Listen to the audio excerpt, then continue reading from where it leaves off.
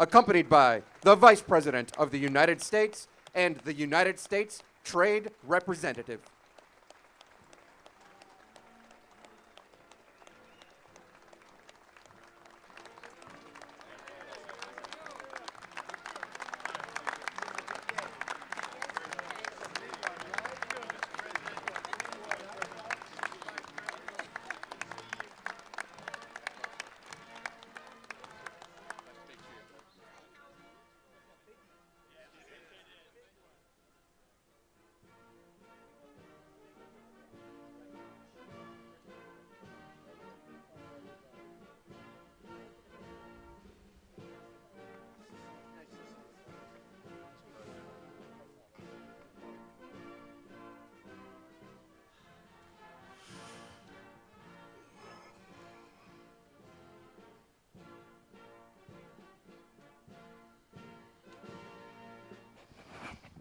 Well, thank you very much. Such beautiful music, such talented musicians, and we appreciate it very much. We have a tremendous list of people here today. In fact, so long that if I announced every name, we'd be here for about 3 hours. And we have to get back to business. Everybody does. Please sit down, please. But I want to thank everybody for coming to the White House on this very momentous, historic, and joyous occasion. It's been a long time. Everybody said this was a deal that could not be done. Too complicated, too big, couldn't be done. We got it done. And today we're finally ending the NAFTA nightmare and signing into law the brand new U.S. Mexico-Canada agreement. Very special. Very, very special. The USMCA is the largest, fairest, most balanced, and modern trade agreement ever achieved. There's never been anything like it. Other countries are now looking at it, but there can't be a border like that because, believe it or not, that is by far the biggest border anywhere in the world in terms of economy, in terms of people. There's nothing even close. This is a colossal victory for our farmers, ranchers, energy workers, factory workers, and American workers in all 50 states, and you could almost say beyond, because it's all beyond. This is all over the world, even though it's that one beautiful border, you put us up just where, by the way, a very major, powerful wall is right now being built. Okay, I don't know if I should say that at this particular meeting. I know last night it got a very big hand. Today they're a little bit like, are we supposed to clap now? Remotes, can you hear me? The USMCA is estimated to add another 1.2% to our GDP and create countless new American jobs. It will make our blue-collar boom, which is beyond anybody's expectation, even bigger, stronger, and more extraordinary, delivering massive gains for the loyal citizens of our nation.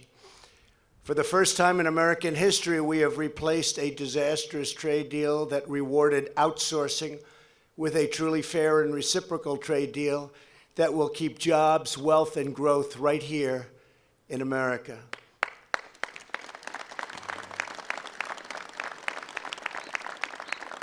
And in a true sense, it's also a partnership with Mexico and Canada and ourselves against the world. It's really a trade partnership, if you look at it that way. And it's a day of great celebration in all three countries. I want to thank our amazing Vice President, Mike Pence, who helped us so much with the deal.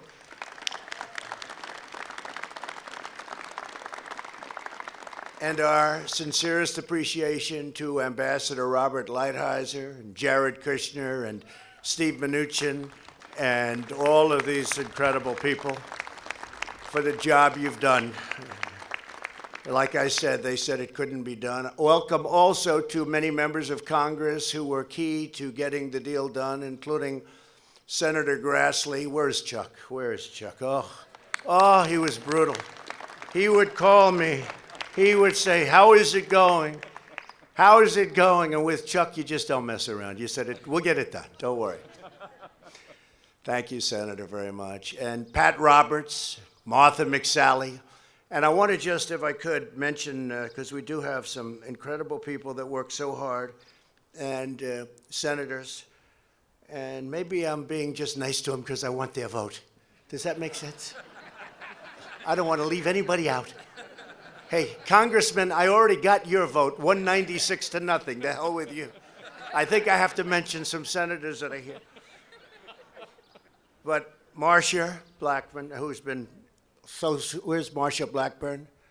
Marcia, great. Marcia Blackburn, great state of Tennessee. Roy Blunt, thank you, Roy. Thank you, Roy.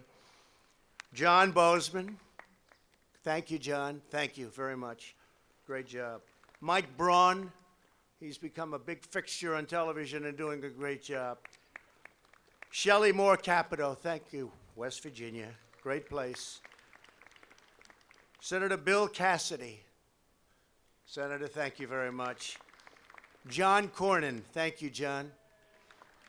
Your poll numbers are looking good, John. Very, very good. You don't have to worry about Beto either, do you, John? A great young gentleman, and he's been with us right from the beginning, Senator Tom Cotton. Where's Tom? Thank you, Tom. Thank you, Tom. Kevin Kramer. Thank you, Kevin. Ted Cruz, boy, has he been, where is Ted? Boy, oh boy, and he's dying to get back there and ask those questions, I know.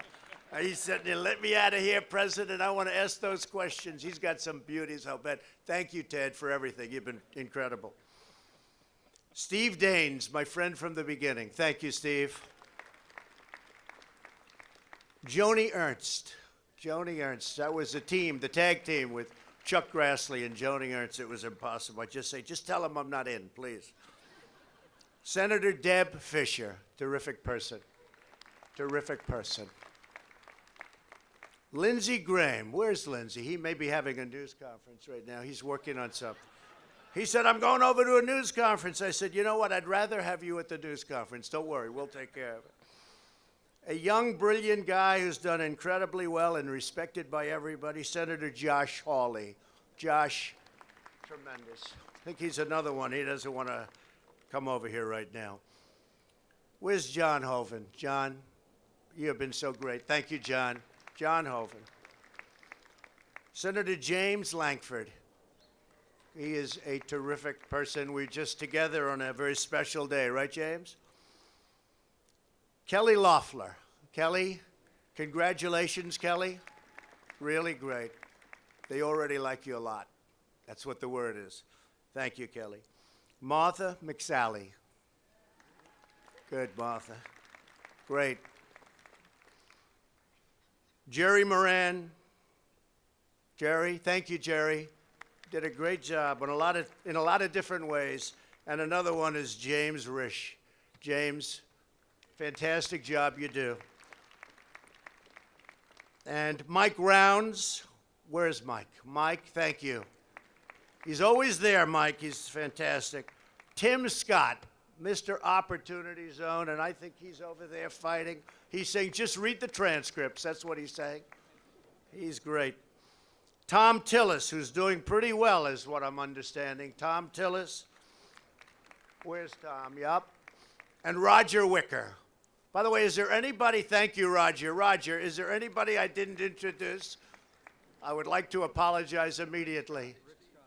Where's Rick? Where's Rick? He's been one of the greats. Oh, I figured he was over there. Rick, why are you not over there, Rick? Rick Scott has been so incredible. Great governor of Florida, a great, great governor. Now he's a great senator. Thank you very much. The rest of you I don't have to bother with. I'm sorry. You know the way it works in life, right? Right, Ivanka? That's the way it works in life. Trying to teach her, but she could actually teach me. Well, I want to really thank all of those people, and also with us is Kevin McCarthy and Kevin Brady and Mike Conaway and Vern Buchanan and Steve Scalise. They've been incredible from day one, and literally 100 other wonderful congressmen and women, and we appreciate you being here. And Kevin, congratulations on your big victory yesterday. That was incredible. And he's also a tremendous fundraiser. Not that that matters. We don't even think about that. But that was a big victory you had yesterday. Thank you very much. Also here are many of the state and local leaders, including a really good friend of mine, somebody that is going to get that pipeline through and approved and finished, Pete Ricketts of Nebraska. Where's Pete? Pete, thank you very much. And a special man and a very popular governor and a very capable governor who's done an incredible job, and he's been a tremendous supporter of all of us, Greg Abbott of Texas. Thank you, Greg. Great job. Great job you did.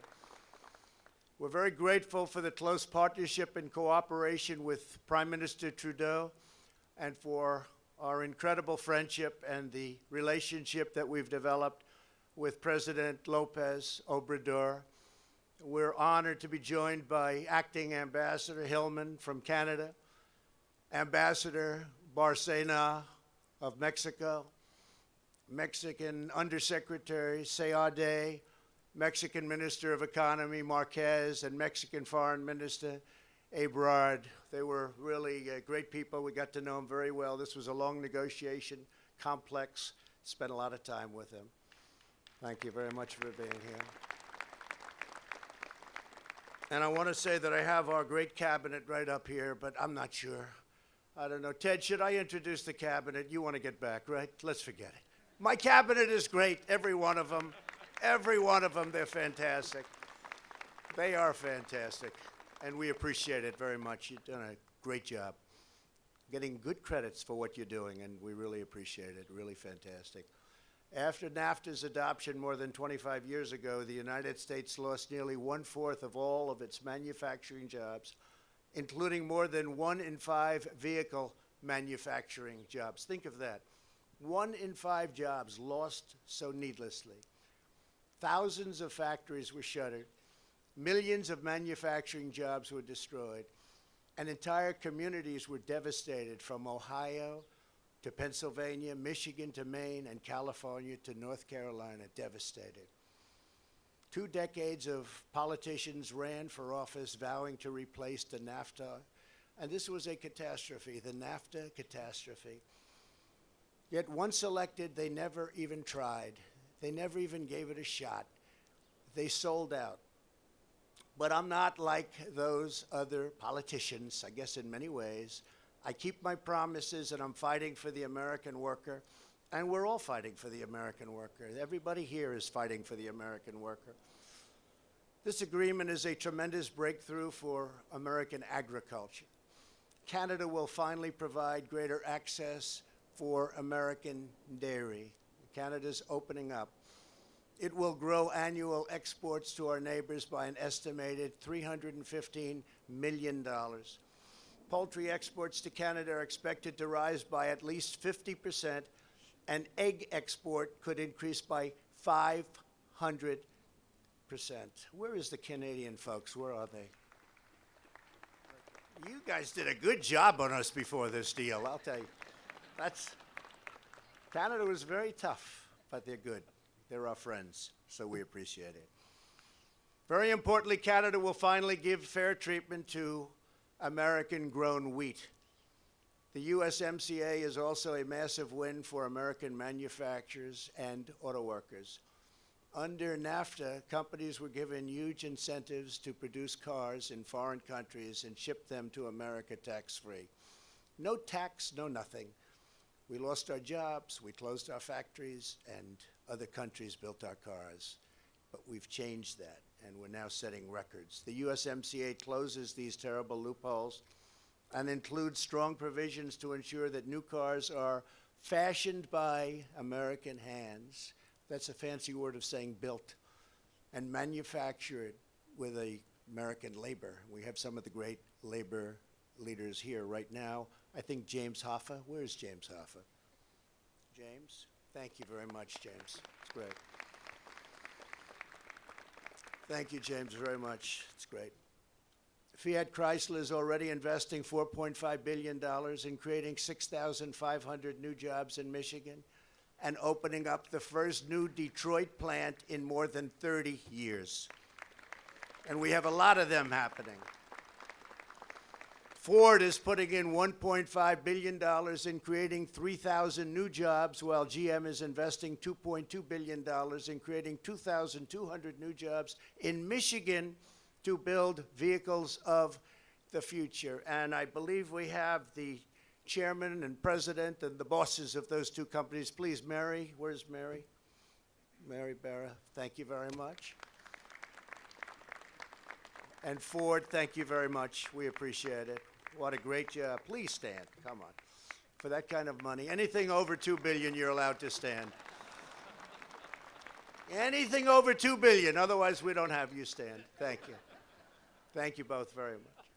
Steel Dynamics is building a $1.9 billion flat-rolled steel mill near Corpus Christi. And international automakers are pouring $25 billion into the United States, creating 50,000 new American jobs at a minimum. They are all investing in a future where we buy, hire, and drive American cars again. I like that. It's a very important part of the deal. Mexico and Canada have agreed to new labor protections that my administration negotiated. The USMCA is the first trade deal in nearly 2 decades endorsed by the AFL-CIO. Thank you very much. Great. That was great. Thank you. The USMCA contains critical protections for intellectual property, including trade secrets, digital services, and financial services. It establishes new standards and safeguards protecting the environment and currency stability, something that has been on my mind for a lot of years, long before I got here. What they've done to us with currency is crazy. It includes protections for American-made fibers, yarns, and fabrics, boosting the U.S. textile industry by numbers that you won't even believe. You'll see them soon. This is a cutting-edge, state-of-the-art agreement that protects, defends, and serves the great people of our country. Thanks to our pro-worker, pro-American economic policies, unemployment is at the lowest level in more than 50 years. It's great.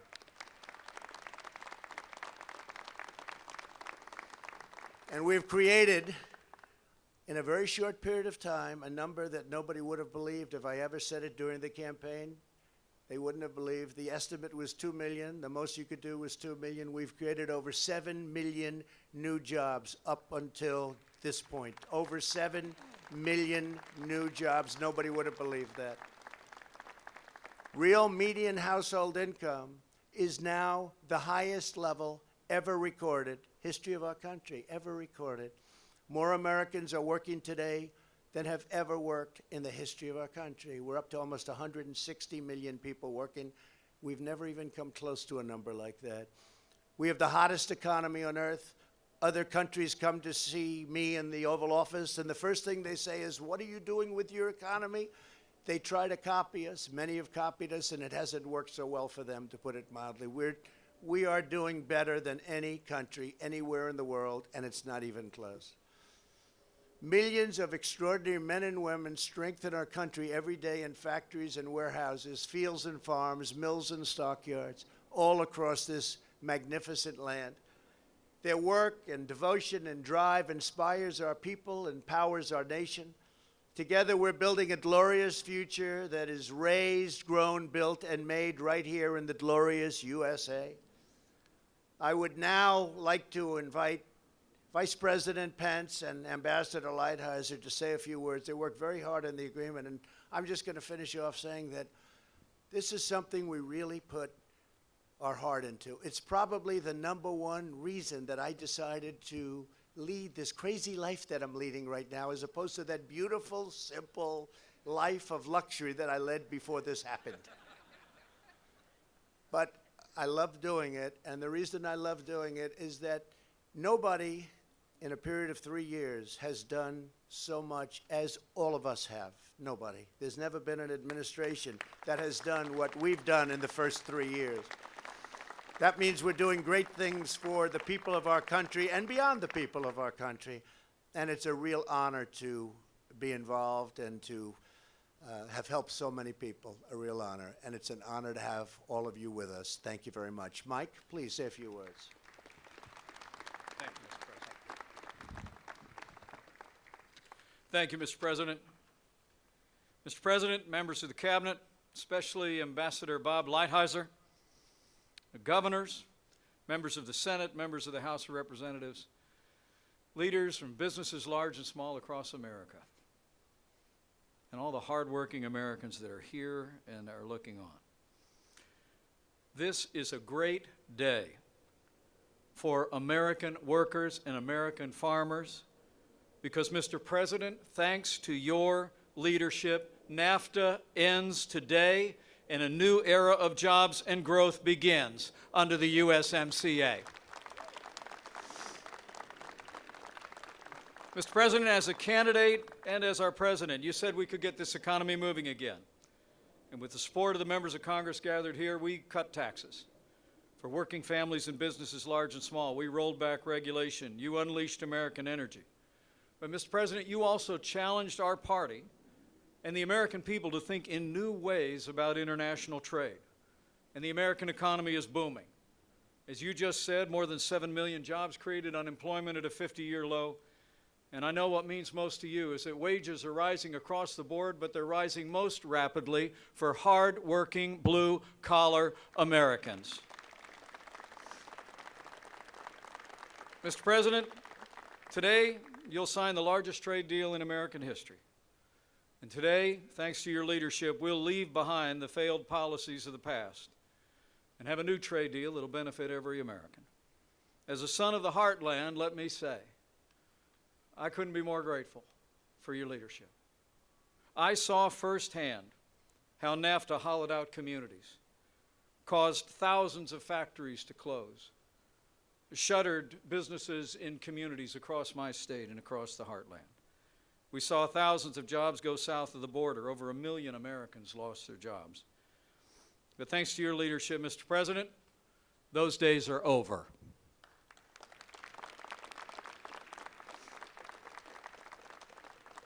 Now, there are so many to thank here, members of the House and Senate who stood with us every step of the way that you've acknowledged.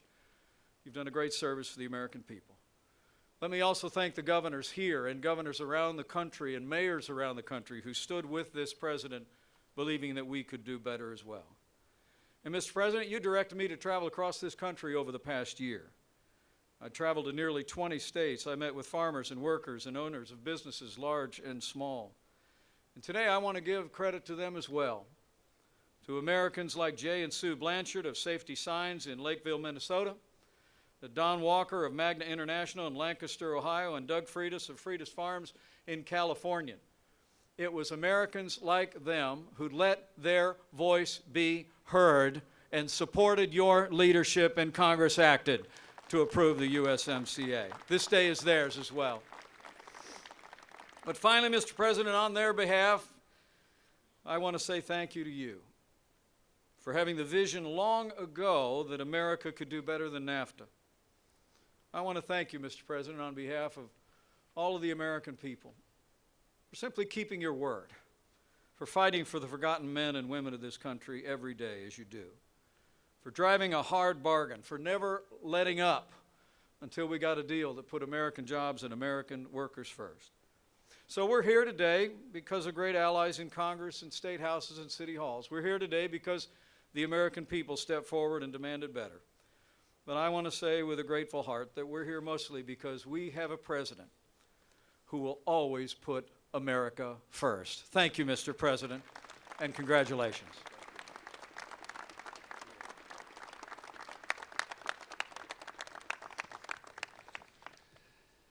Mr. President, Mr. Vice President, the President was elected in large part on his promise to change the direction of U.S. trade policy, a policy that for too long had led to exploding trade deficits, the outsourcing of U.S. jobs, and the brazen theft of American intellectual property. For many, NAFTA came to symbolize everything that was wrong with that policy. The agreement was highly controversial from the start and passed with a narrow majority in the House of Representatives. Many of those who cast votes in favor came to regret their decision. They did so because many of the promises that were made in order to procure their votes came to nothing. NAFTA's weak, unenforceable labor side agreement did not raise wages in Mexico. The outsourcing fears that prominent NAFTA voices, anti-NAFTA voices, came to nothing.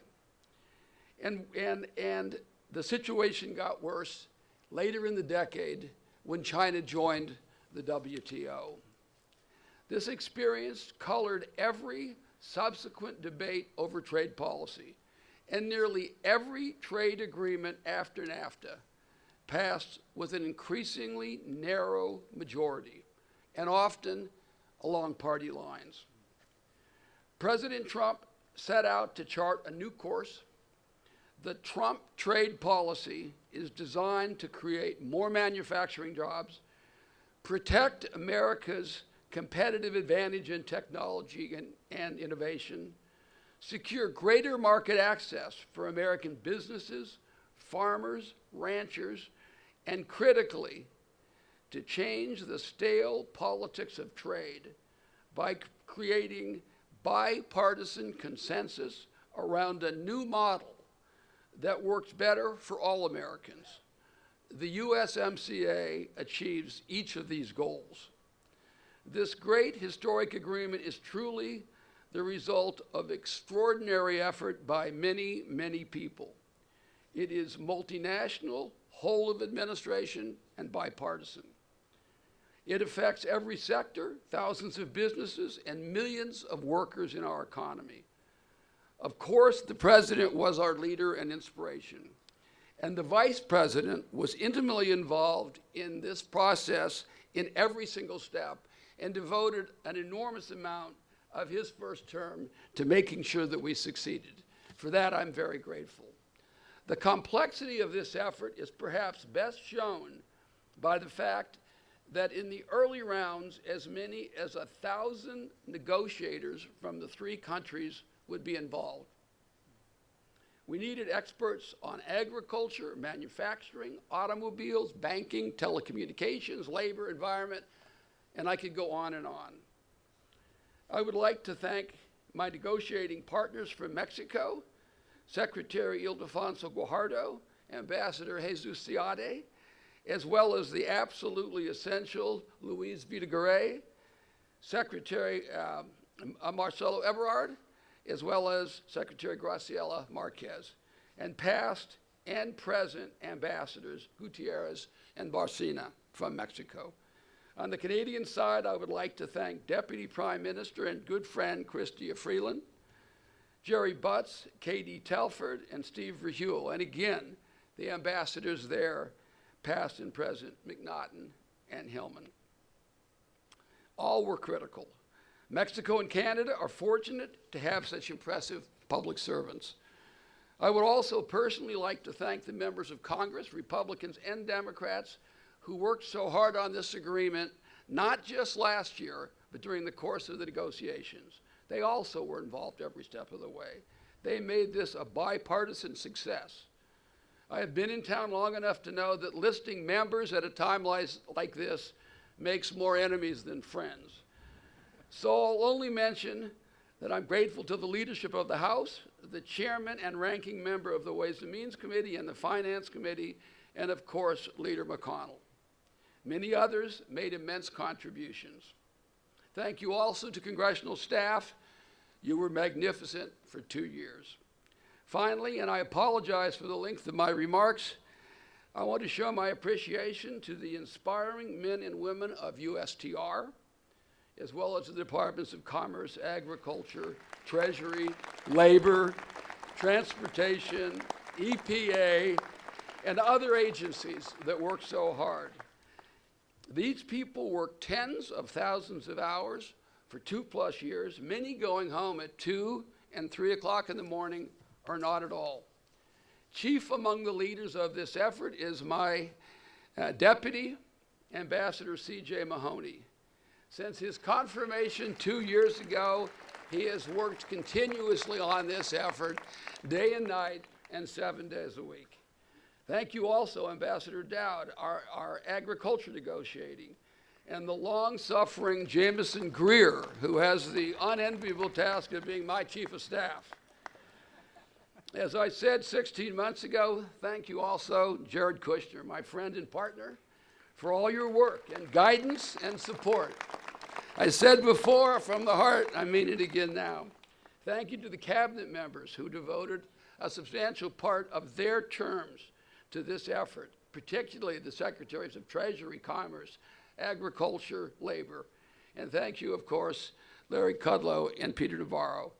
The chief negotiator of the USMCA was Assistant USTR John Melly. He was, throughout, the one who's responsible for the 350 or so people on our team. John is the best example of a career public servant. He retires this week, and he will be missed.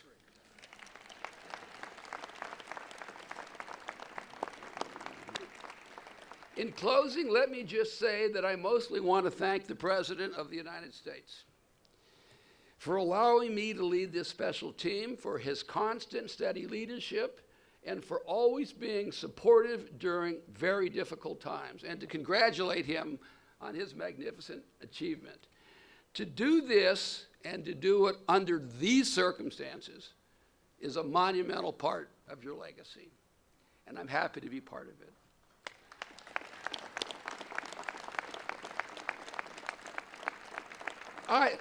I'll end where I began. The President ran and was elected on replacing NAFTA with an agreement that puts American workers first, American farmers, ranchers, and businesses first, that will bring manufacturing back, help service industry workers, and raise wages.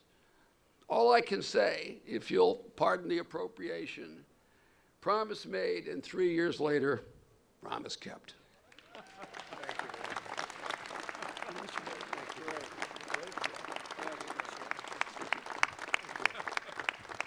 Great job. Well, with all of the power and wealth and status in front of me, I think we would all agree that the people that are by far the most important with us today happen to be standing right behind me.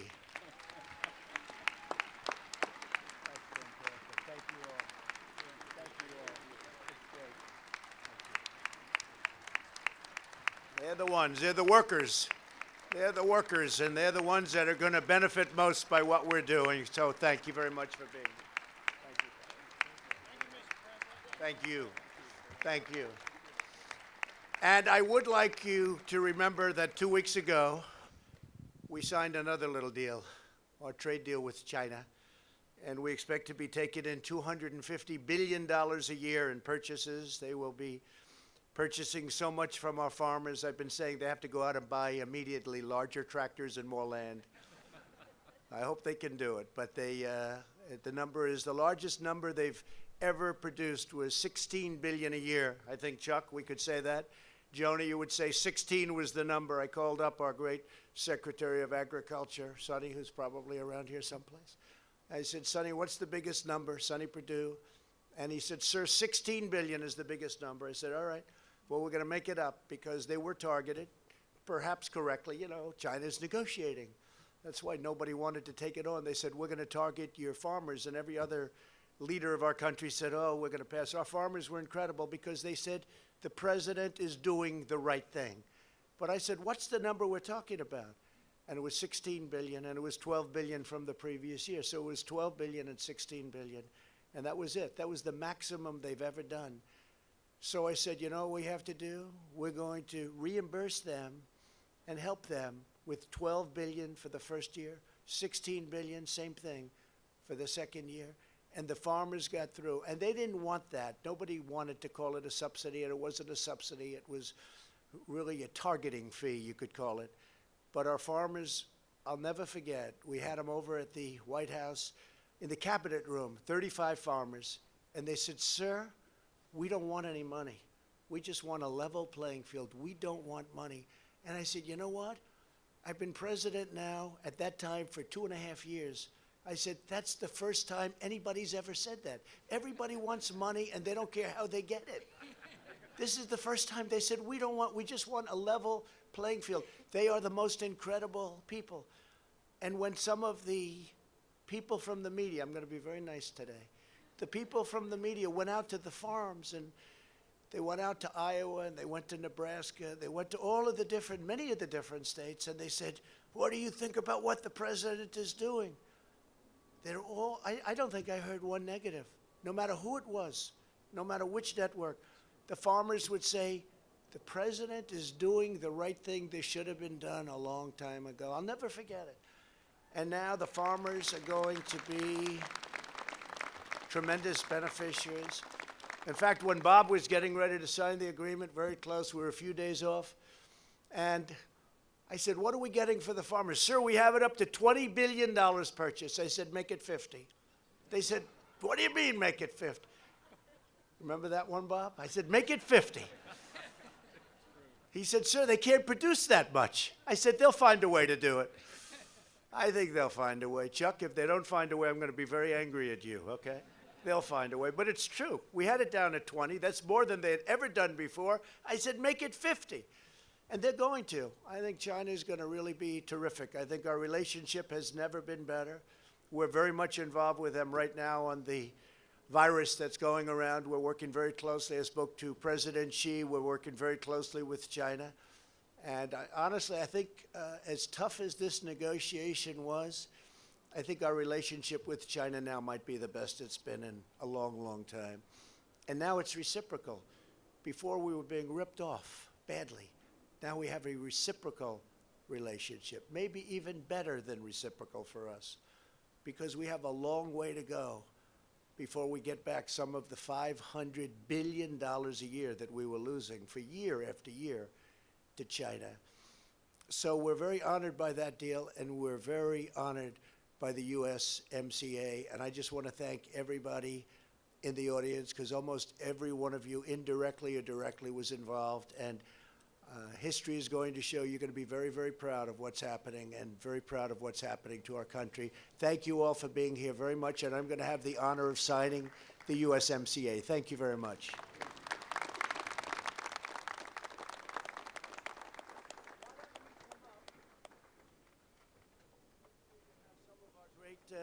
Leaders come up. Cabinet members come up. Why don't we have everybody come up? Mick, everybody, Cabinet, Jared, Ivanka, come on up.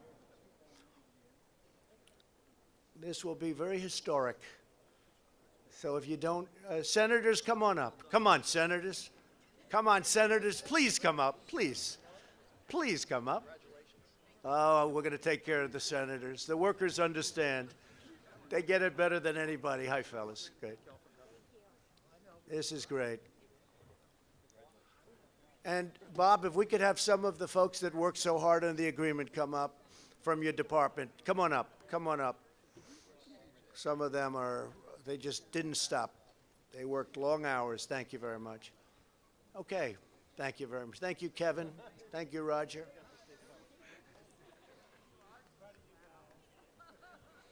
Okay, thank you very much.